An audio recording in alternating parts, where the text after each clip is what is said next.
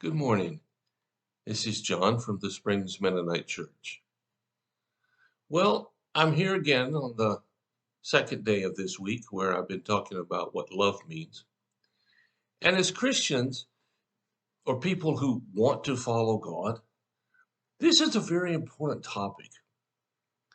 Now, as I said a little bit last time, and I'll say some more as the week goes on, that it's really hard to grasp this concept of love and God's love.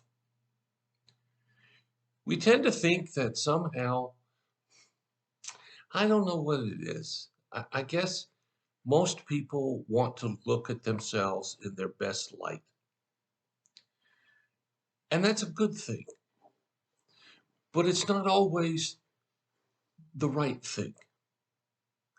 You see, accepting God's love in our life is really pretty easy to do. Yeah, it's complicated, but it's not that hard to do. The hard part is then living out that love to everybody we meet. Now let's look at this scripture I picked for today from Ephesians chapter 4 and verse 2. And it says this: always be humble and gentle. Be patient with each other, making allowance for each other's faults because of your love.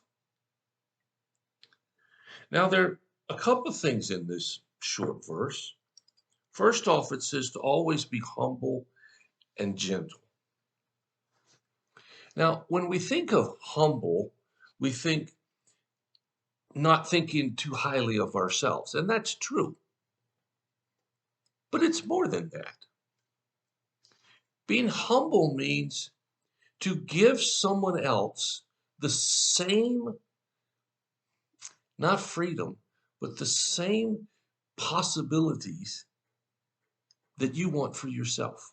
In other words, you want to be right when you're sure you're right. Well, the other person wants the same thing. Even if you're being right contradicts his or her being right. I learned this a long time ago, and I got to tell you, it was really hard. And it's still somewhat hard. But I learned as a pastor in a denomination where we weren't told what to preach. In other words, there's some denominations where they are given certain scriptures every Sunday and they can only preach on those scriptures. Well, I've never been in one of those, don't really want to be in one of those, but I know those who have been and they like it. So, again, my right to decide equals their right to decide. So, what I learned was if I want the freedom to preach the way I think it should be preached, then I have to give the pastor down the road the freedom to let him or her preach the way they think it should be, even if I disagree with what they're saying. You hear what I'm saying here?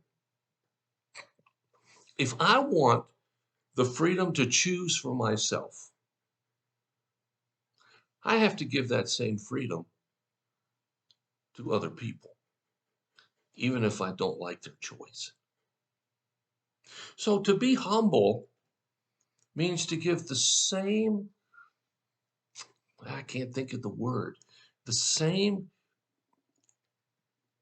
opportunities to everyone around us and to be gentle about that. Now, if I disagree with someone, I have a right to tell them that. I just have to be gentle in doing it. And I can tell you, as you probably know, being gentle is not part of our culture now.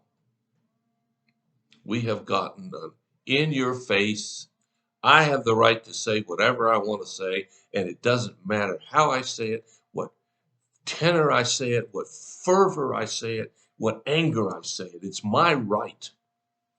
And being gentle just isn't part of that anymore. Maybe it never was, but it sure isn't now. So that's the first part of this. And the second part is probably the more important. It says here, be patient with each other, make an allowance for each other's faults. A lot of people, maybe you, are pretty good at pointing out somebody else's faults. We're pretty good in seeing what other people do. We're not so good at seeing what we do. Just recently, I had a conversation, and the individual expressed an opinion about something. And I thought about it, and I kind of wish I'd have said something at the time, but I didn't. But what I thought later was those comments were very prejudicial. The decision has already, or essentially already been made before the issue ever comes up, if it ever comes up. You see, so many times we react to someone based on their past.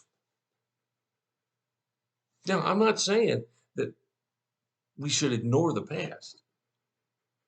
And I'm not saying we shouldn't be careful around those who have done some bad things or injured people, or as the word today is, are toxic. But we always have to give someone the chance to be different. We have to, as it says here, make allowances for each other's faults. And why do we do it? Well, folks, it's really, really simple. And this time it's not complicated. We do it because God makes allowances for our faults. Imagine where you would be in front of God if He thought about your past the way sometimes we think about others. And it says to do this because of our love.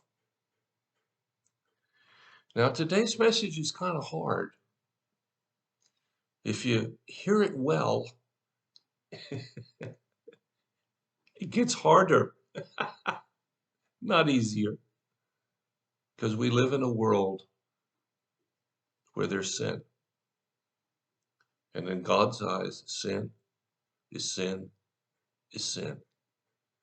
There's no big sin. There's no little sin. And Jesus said it many, many times.